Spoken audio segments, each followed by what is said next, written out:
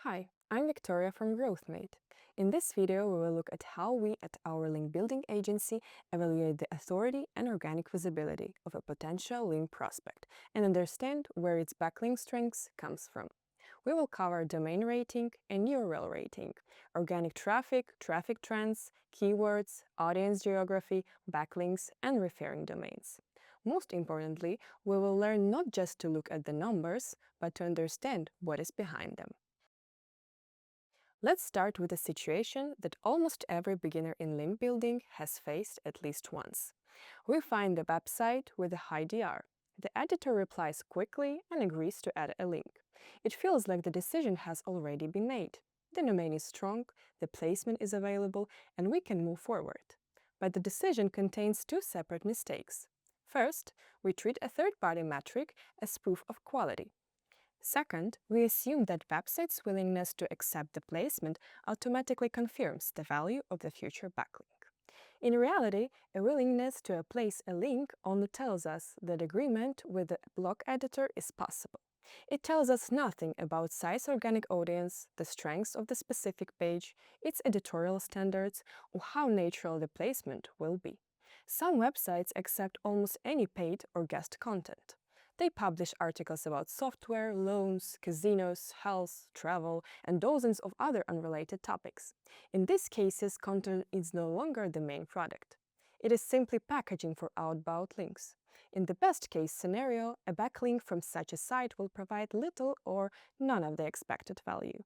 It may appear in the report, but sit on the page with no traffic, no backlinks of its own, no internal support, and no stable indexation.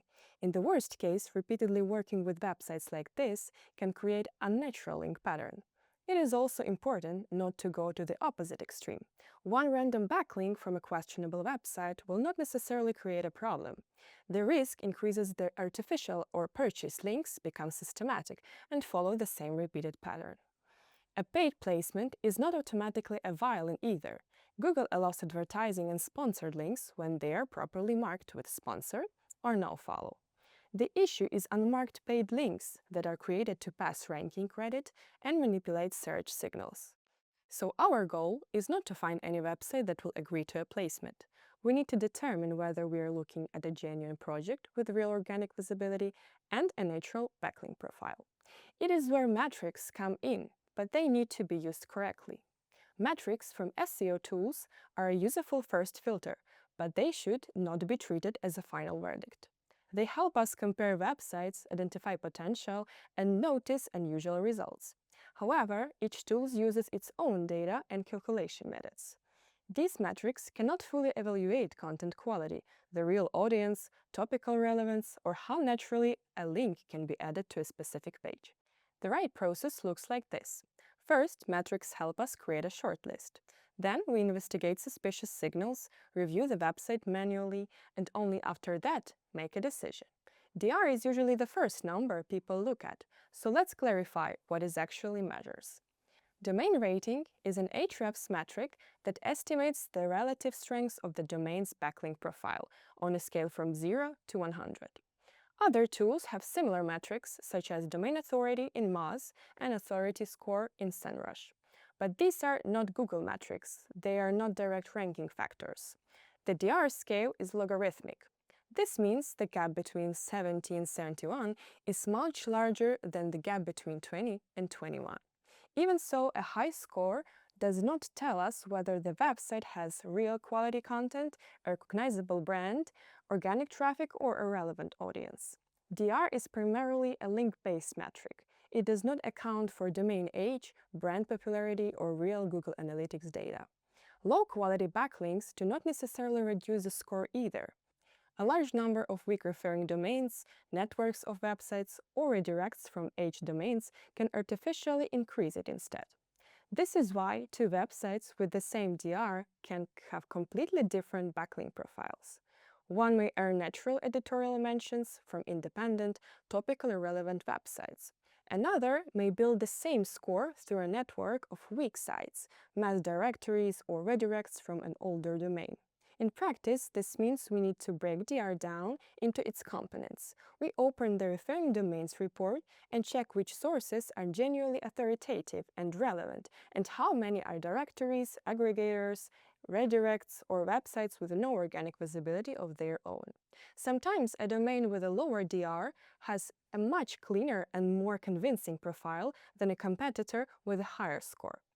A few technical details also help us avoid overestimating DR.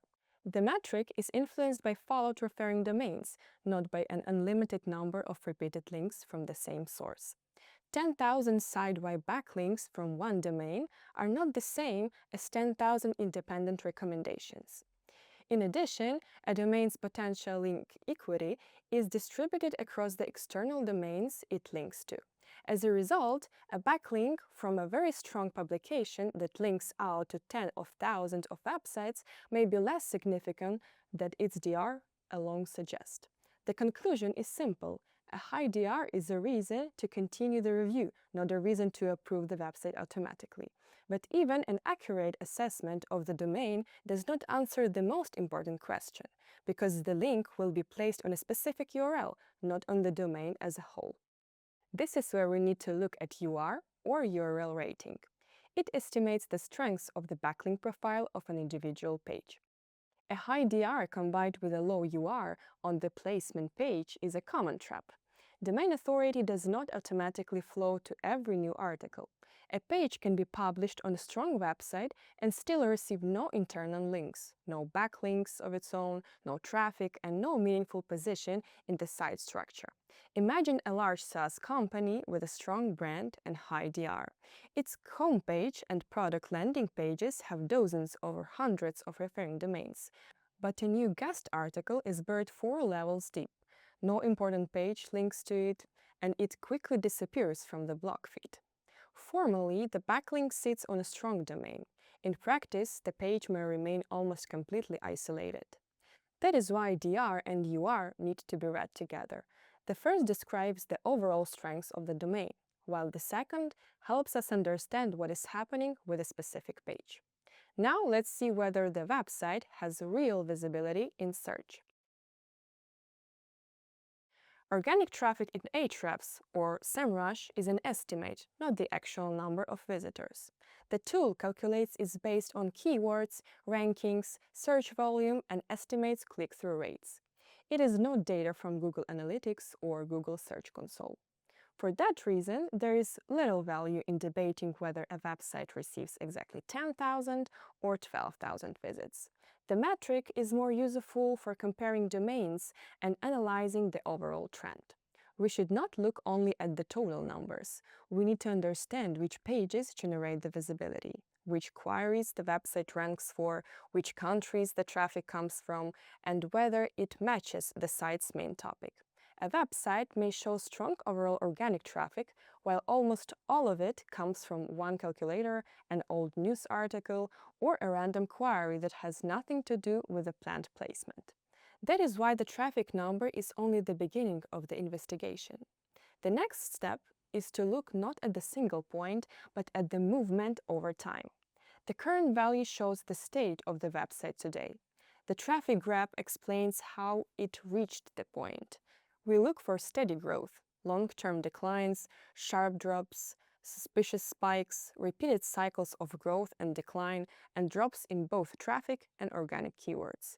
At the same time, one decline does not prove that the website has been penalized.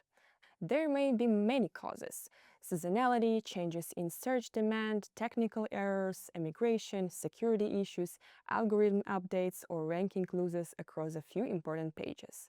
So a suspicious graph does not give us a verdict. It tells us where to investigate next. We open organic keywords and top pages and identify which queries and URLs disappeared. A deep, prolonged decline with no recovery deserves the most attention, especially when the website has also lost a significant share of its keywords. It is also useful to compare equivalent periods. If the website is seasonal, compare the decline with the same months in the previous year. If there was immigration or redesign, check whether recovery began after the technical changes. A link builder's job is not to diagnose the exact cause of a decline, but to understand whether the visibility looks stable enough to continue the evaluation. Now, let's look at what Google is actually showing this website for. In the organic keywords report, the composition of the queries matter more than a total number. The top keywords should logically match the website's topic. A technology blog should gain visibility for technology, product, or business queries, not primarily for casinos, adult content, essay writing, celebrities, or follower boosting services. One strange keyword proves nothing. The question is whether it is an isolated exception or a consistent pattern.